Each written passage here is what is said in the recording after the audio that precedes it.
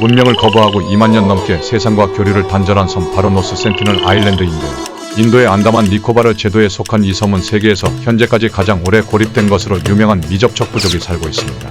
섬 전체의 크기는 59.67제곱킬로미터로 72제곱킬로미터 정도 되는 울릉도보다 약간 작죠. 센티널 쪽은 외부인을 극도로 경계하고 공격합니다. 이들이 외부와 교류를 완전히 차단한 이유는 정확히 밝혀지지 않았지만 예전부터 근처 니코바리 족에게 시달렸다는 소리. 1880년 영국의 해군 장교이자 탐험가였던 모리스 비달 포트먼이 이끄는 탐험대가 여기서 6명을 납치했다는 설이 있습니다. 그중 면역력이 떨어진 노인 9분은 병사했고 4명의 아이들에겐 선물을 줘서 돌려보냈다고 합니다. 이 사건은 원주민들에겐 큰 트라우마가 되었기에 외부인을 극도로 배척하게 되었다는 설이 있습니다. 부족 내에서 섬 바깥에서 온 자들을 절대로 가까이 하지 말라는 식의 이야기가 대대로 구전되어 내려온 것으로 보입니다. 이들 숫자가 정확히 얼마인지 어떤 생활을 하는지는 일절 알 수가 없는데 대략 50에서 300명 사이일 거라고 추정만 하고 있습니다. 인도 정부에서 외부인 접근을 철저하게 막기 때문이며 센티널 쪽도 외부인의 접근에 매우 공격적인 태도를 보임과 동시에 굳이 섬 밖으로 나오려 하지 않기 때문입니다. 인도 정부가 이 영토를 국제사회에서 인도령으로 인정받는 대신 이들의 생활에 일절 끼어들지 않기로 결정하면서 해외 취재진과 인류학자, 오지를 찾아가는 선교사들도 강제로 막아 그들에 대하여 알려진 게 거의 없다고 합니다. 센티넬 쪽을 인도 정부에서 격리 조치하는 이유가 또 있는데요.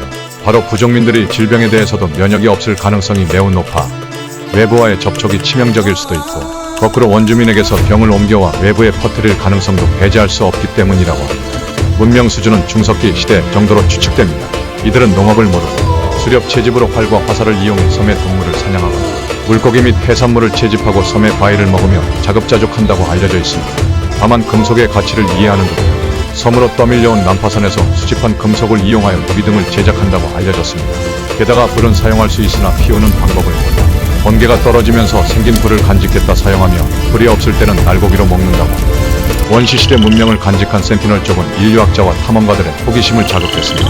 당연히 센티널 쪽과 접촉하려는 시도는 역사적으로 여러 번 있었습니다. 1967년 탐험대의 일원으로 인도의 인류학자 TM 판디시 방문한 적이 있습니다. 하지만 이때 센티널 쪽은 활과 화살로 무장하고 호전적인 태도를 보여 제대로 접촉하지 못했다고 합니다. 1991년에 TN 판디시 포함된 인도 정부 조사단이 현지인들을 만나 교류를 하며 그들의 생활 양식을 어느 정도 파악하는 데 성공했습니다. 물론 이를 위해 조사단이 코코넛 등을 포함한 선물을 17년 동안이나 놓고 가는 등 엄청난 노력을 했기 때문에 가능했습니다. 2018년 11월 21일 중국계 미국인 선교사 존 앨런 차우가 어부들을 불법 매수해 하나님의 이름을 들을 기회조차 없던 사탄의 마지막 요새 에 선교해야 한다며 접촉을 시도했다가 원주민이 쏜 화살에 맞아 사망했었다는 소식이 BBC 등을 통해 보도되었죠. 죽음을 맞이한 선교사는 어이없게 죽은 사람에게 수여하는 상인 다윈상을 수상했습니다. 인류학자 판디스의 사례와 별개로 인도 정부에서 이들의 생활 및 의료 실태 파악과 인구 조사를 위하여 몇 번 접촉을 시도했었다고 합니다. 정부 관계자들이 코코넛과 과일, 도끼 등 선물을 놓아두고 우호적인 접근을 시도했지만 죄다 화살을 쏘면서 경고했기에 주저없이 물러서야 했다고 합니다. 사실 인도 정부가 군경을 동원해서 원주민들을 무력으로 진압한다면 못할 것도 없겠지만 이들이 섬 밖으로 나와서 누굴 해친 것도 아니고 섬 안에서 자기들끼리 행복하게 살겠다고 저러는 것뿐인데 진압해봐야 세계 여론의 질타를 맞을 것이 뻔해 방치 중이라고 합니다. 오늘은 세상에서 가장 오랜 시간 문명을 거부한 센티널 섬에 대해 알아보았는데요. 누군가를 도울 때는 작은 호의에도 상대방의 동의가 필요하다고 생각합니다. 내가 호의를 베풀었다고 해서 다른 사람이 다 반기는 건 아니니까요. 구독과 좋아요는 영상 제작에 큰 힘이 됩니다. 감사합니다.